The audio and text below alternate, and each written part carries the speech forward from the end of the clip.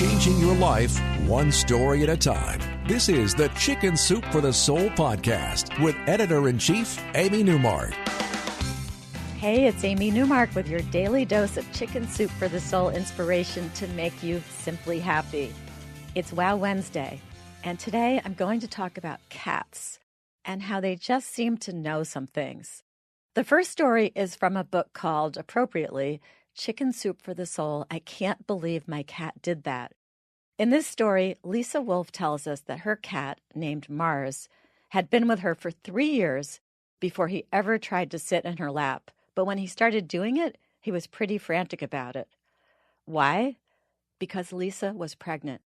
And somehow Mars knew this and insisted on lying on top of her belly or in her lap, pressed up against her belly at every opportunity. He started doing this when Lisa was only a few weeks along, when the baby would have been tiny, the size of a bean.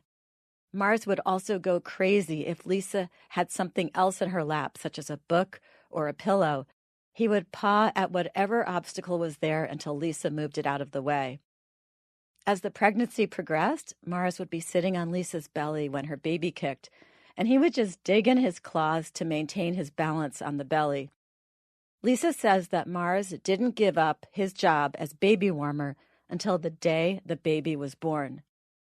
Then, as soon as the baby was born, he lost interest in lying on her belly, but he did maintain his interest in that baby. He sniffed her when she came back from the hospital, as if to confirm that this was indeed the baby that he had been taking care of for months, and he was always by the baby's side after that.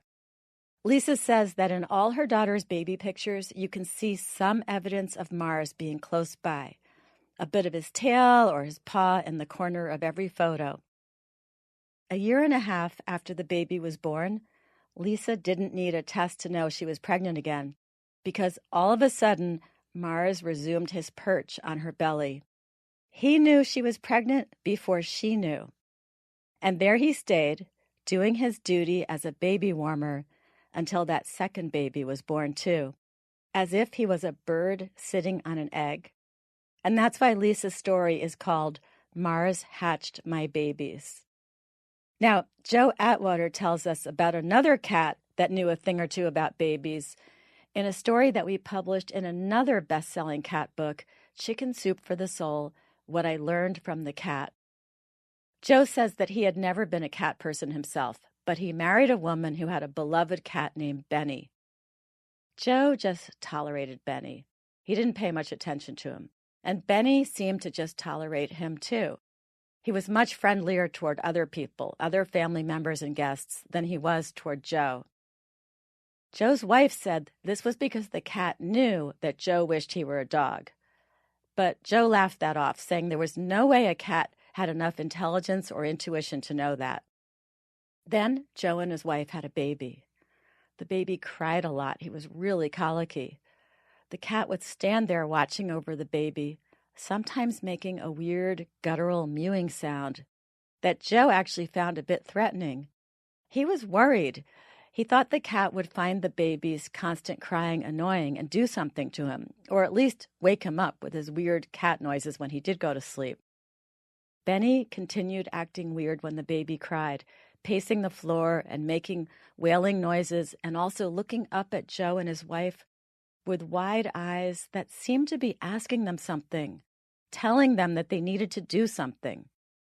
Joe became increasingly concerned about the cat, that he would do something bad to the baby.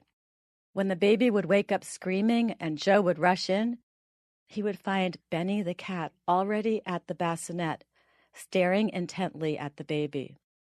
Joe's wife, Liz, felt the cat was trying to tell them the baby wasn't just colicky, but that something more than that was wrong with him.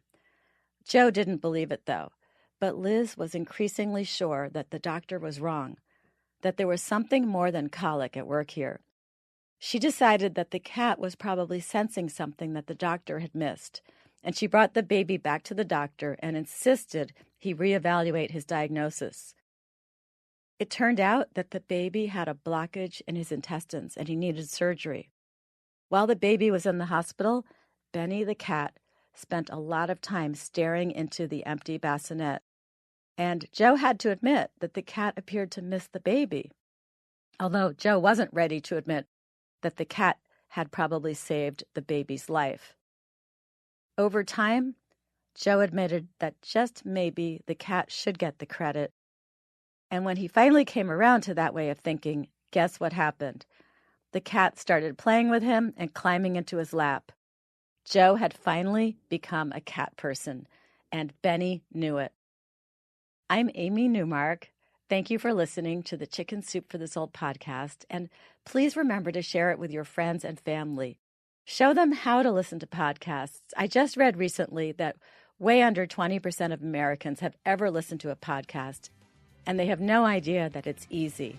So go ahead, show them that handy podcast icon that they already have on their iPhones or iPads, that purple button. And come back tomorrow for Thoughtful Thursday. We're going to talk about how to use humor if you're in the position of so many people and you have someone in your life who has Alzheimer's or another kind of dementia.